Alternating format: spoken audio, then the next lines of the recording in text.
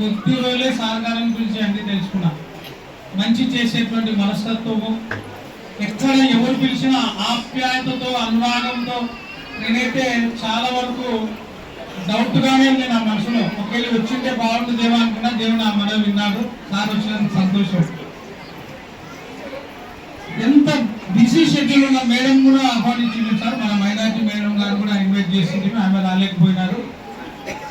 చాలా ప్రేమ గలవారు. మొన్న మీటింగ్ లో కూడా చెప్పినారు సార్, మీకు ఎవరికి ఏ పరిస్థితి ఉన్నా ఏ ఇబ్బంది ఉన్నా నా దగ్గరకు వస్తే ఎప్పుడైనా నా సాయశక్తులా నేను మీకు సాయం చేస్తాను. అంటే మీరు ఎప్పుడైనా ఆపదలు ఉన్నా ఏ స్టేషన్కి ఇబ్బంది